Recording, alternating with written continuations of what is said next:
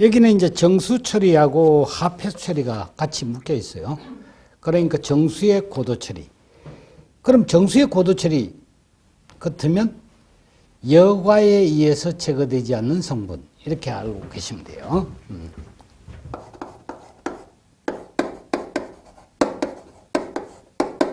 요거는 이제 3차 처리 이렇게 말하죠.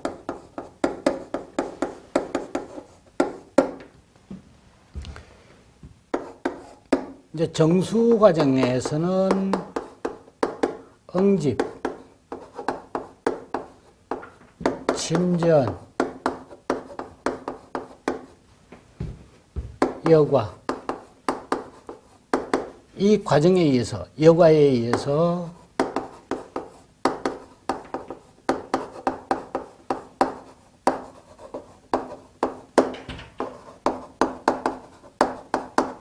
않는 성분을 그러니까 고도 처리라고 합니다. 그러면 이제 응집하고 침전한다. 그러면 요게 이제 주로 SS 목적이에요. 그렇죠? 그 다음 여과를 하는 것도 뭐가 됩니까? 잔류하는 SS입니다. 잔류하는 SS. 그래, 이 여과는 용존성 물질 같은 것은 제거하기 어려워요.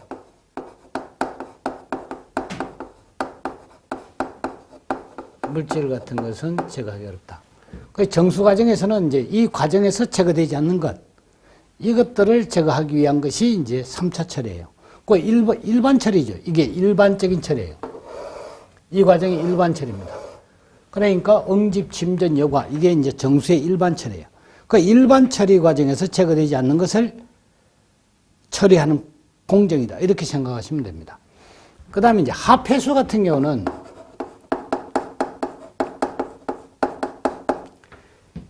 우리가 이제 1차 처리, 1차 침전이 있죠. 그죠? 침전이 있고, 그 다음에 이제 2차 처리가 있습니다. 이게 이제, 생물 처리나,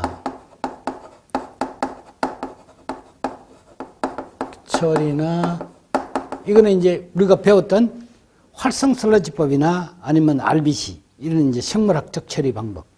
아니면 이제 응집 침전.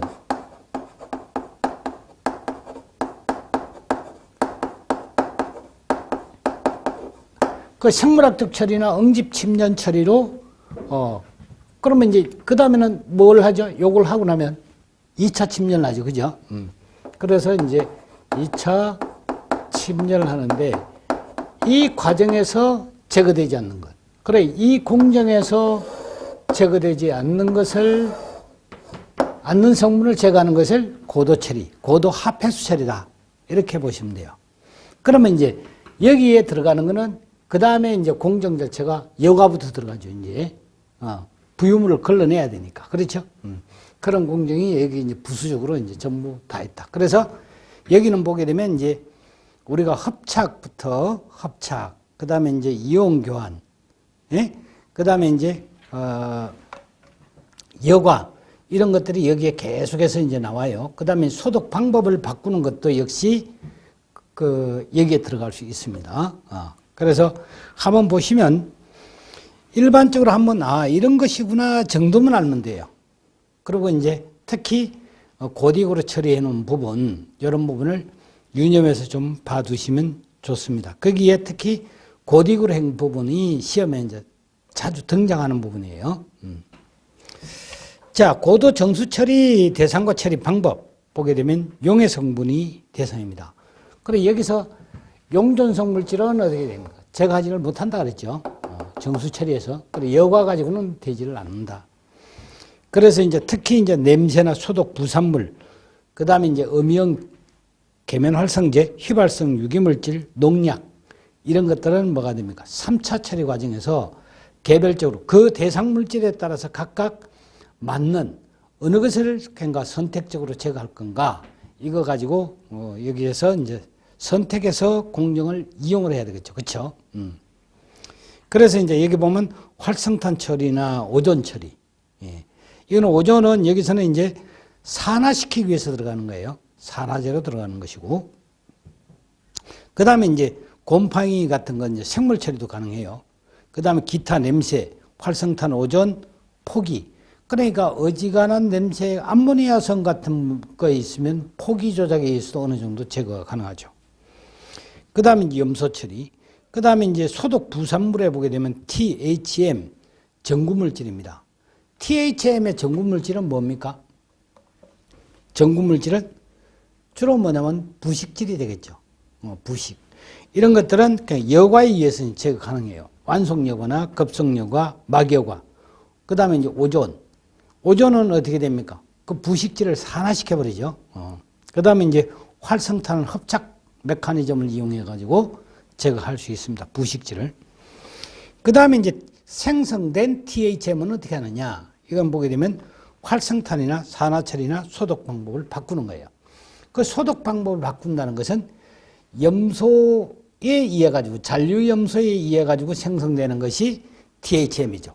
그렇죠? 그래서 염소를 사용하는 방법이 아닌 그 이산화 염소를 쓴다든지 클로라민을 쓴다든지 염소라도 그 다음에 이제 UV를 쓴다든지 오존을 쓴다든지 이러한 소독 방법을 선택을 하게 되면 THM의 생성을 막을 수 있습니다.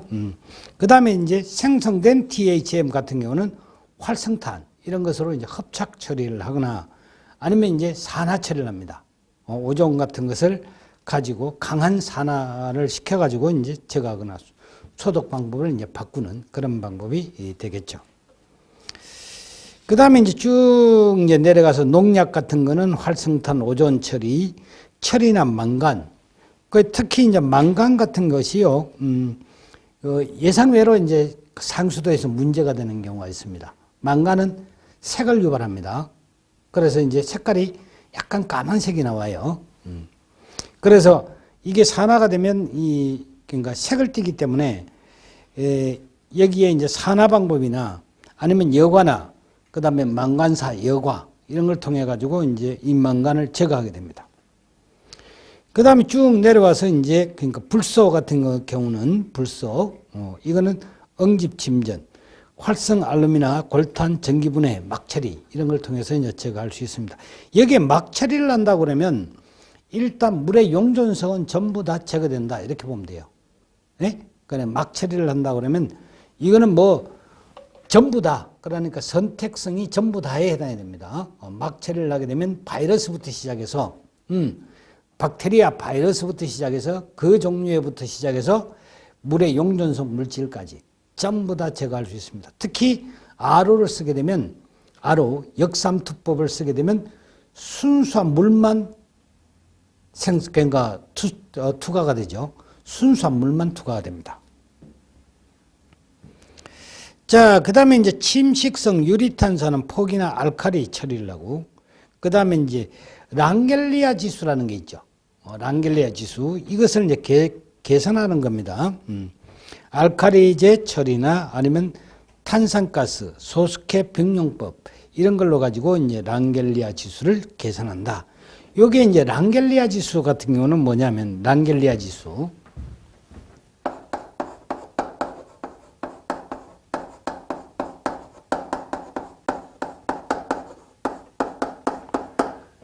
이제 그러니까 LI 이렇게 이제 보통 이야기를 합니다. 이거는 그 물의 평형 관계, 그러니까 특히 안정 상태를 점검하는 거예요.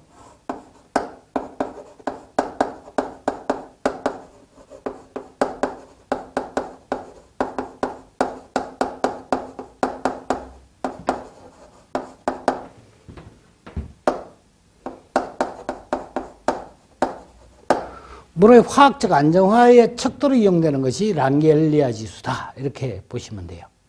그러면 이제 얘는 이제 어떤 방법으로 이제 하느냐. 그러면 LI라는 것 자체를 요 값을 그 플러스냐 마이너스냐 0이냐 이런 형태로 이제 평형 관계를 따져요. 그러면 이제 얘 값은 어떻게 되느냐면 실제 측정한 pH하고 그러니까 이론적 화학적 평형 상태에 있는 pH하고 이걸 가지고 뭐냐 그 값을 빼기를 해가지고 하는 거예요. 그러니까 실측 pH하고 여기 마이너스 이론적 평형을 가정한, 요거는 이제 평형이라는 것은 CaCO3에 대한 이런 거예요. 평형입니다. 평형을 가정한 pH. 요것을 이제 가지고 그 이론적 pH하고 실적 pH하고 이것을 빼기를 하는 거예요. 그러면 이제 실적 pH가 이 값이 크게 나온다, 높게 나온다. 그러면 결과적으로 뭐냐면 LI는 어떤 형태가 나올까요? 플러스가 나오겠죠. 플러스 값이 나와요. 예. 그 다음에 이제 이론적 평형을 가정했을 때 이 값이 크게 나와버리면 이렇게 이제 지금 현재는 크게 얘가 이렇게 나왔다는 거고 반대로 이제 이렇게 나오면 어떻게 됩니까? 마이너스가 나오겠죠. 그래서 이게 뭐냐면 값이 커지면 작게 나왔다. 이게 작게 나왔다. 이것은 LI가 마이너스 값입니다. 이것이 뭐냐면 네 꼴로 나왔다. 같다 이 말이죠. 그래 0이 나왔다는 거죠. 그렇죠? 네 꼴이 되면 0이 될 겁니다. 이렇게 나오면 LI 값은 뭐가 됩니까? 0이 되겠지. 같아졌다. 그러면 이거는 0이 되는 거예요.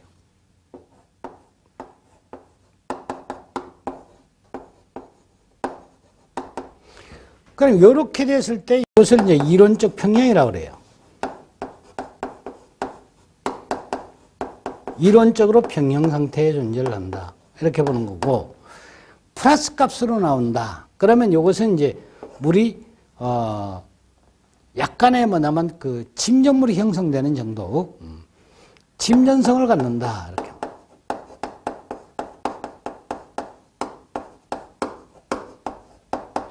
갖는다. 뭐가 침전성을 갖냐 이거지요. 요게 침전성을 갖는다는 거죠. 요게.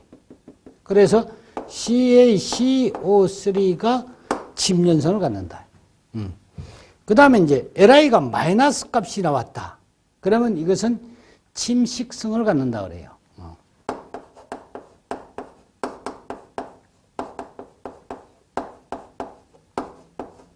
요거는 이제 어디에서 중요하게 또 달아지느냐면 상하수도에서 이걸 또 중요하게 다뤄요. 그래서 지금 이거 할 때 좀 잘 봐두셔야 됩니다. 그러면 이제 우리가 어느 정도까지 그러니까 이것을 그러니까 왜 필요하지? 이게 이제 얘가 플러스냐 마이너스냐 제로냐 이것을 왜 알아봐야 되느냐는 거예요. 이거는 이게 뭐냐면 침식성을 가지면 이렇게 침식성을 가지면 부식을 가집니다. 관로 부식을 유발해요.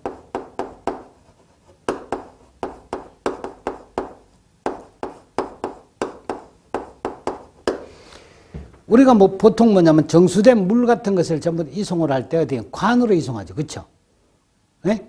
그래서 이제 관로 자체가 이 금속관입니다. 이거는 금속으로 된 관로가 부식을 유발합니다. 그래서 이제 부식을 유발하기 때문에 금속관이나 아니면 금속 기기가 되겠죠. 부착되는 뭐냐면 밸브라든지 뭐 여러 가지 이제 이런 부분이 되겠어요. 주로 이제 뭐냐면 뭐 동 같은 것은 부식에 강하지만 이제 금속으로 된 것, 강관으로 되어 있는 것, 특히 이런 것이 이제 부식이 잘 됩니다. 그러면 이제 이 부식을 유발하기 때문에 그러면 어떻게 유지를 하려고 그러느냐? 그러면 이제 이것이 척도가 된다는 건데 요것이 의미를 의의를 보게 되면 얘 LI를 뭐냐면 측정해 보는 의의가 부식 방지에 있다고 보면 돼요. 방지에 있고 이게 뭐냐면 관로의 수명 연장과 관련해 있습니다.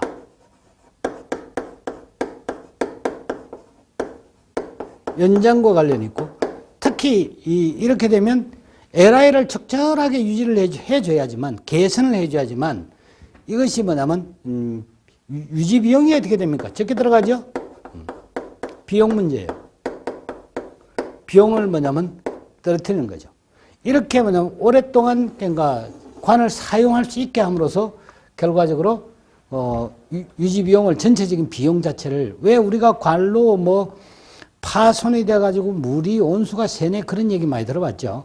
그러면 결과적으로 뭐냐면 매설했던 그 관을 뭐냐면 땅을 전부 다 파서 그다음에 다시 재매설을 해야 되거든요. 그러니까 비용이 엄청나게 많이 들어간단 말이에요. 그런 것을 미연에 뭐냐면 방지하기 위한 거예요. 그러면 이제 이렇게 하려면 어떻게 되냐면 LI를 개선해야 된다는 거예요. 이 개선이 뭐냐면 필수적이다. 물을 가지고 개선을 시키는 거예요. 물을 가지고. 그래서 뭐냐면 이런 것을 방지하기 위해서는 LI, 수질을 개선해야 된다. 요거 이제 개선할 때 그럼 어떤 쪽으로 개선을 그러니까 맞추는 게 좋으냐? 약한 플러스 값으로 하는 거예요.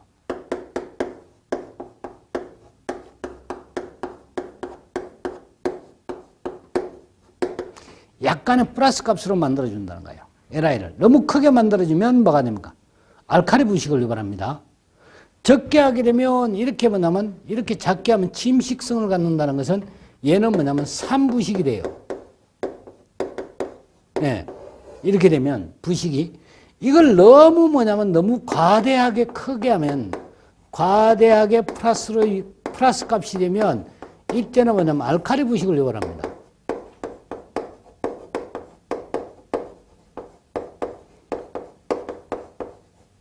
부식을 유발한다는 거예요. 그래서 이 알카리 부식을 유발하지 않으면서 왜 그러냐면 알카리 부식을 유발하면 이 그러니까 관로 내에 밸브나 이런 것은 전부 다 뭐냐면 동 이런 걸로 돼 있죠. 구리. 특히 이제 구리 같은 것은 이제 그 수명을 단축시키는 요인이 되는 거니까 그래서 뭐냐면 이것도 막아야 되겠고 산부식도 막아야 되겠고 그래서 뭐냐면 이것을 약간의 요것도 아니고 요것도 아니고 평형 상태도 아니에요. 약간의 플러스 상태로 유지를 시켜주면 가장 적정한 수질이다. 이렇게 보는 거예요. 그렇게 되면 이게 이제 화학적으로 어떤 현상이 생기느냐. 그러면 이게 이제 지금 관로라고 봅시다. 금속관입니다. 금속의 관의 표면입니다. 그러면 여기 지금 물이 이렇게 지나가고 있을 거 아니에요. 물이. 그렇죠? 금속관에서 뭐냐면 물이 지나가고 있는데 이 금속관에 뭘 깔아앉히느냐 하면 약간의 슬라임 형태의 CaCO3 막을 입히는 거예요. 그러니까 뭐냐면 얇은 뭐냐면 형태의 이렇게 막을 입혀주는 거예요. 뭐가? 여기 지금 뭐다? CaCO3의 막이에요. 그래서 침전성을 갖는다는 거니까 결과적으로 뭐냐면 CaCO3가 이렇게 뭐냐면 달라붙어 가지고 슬라임 형태로 만들어진다는 거예요.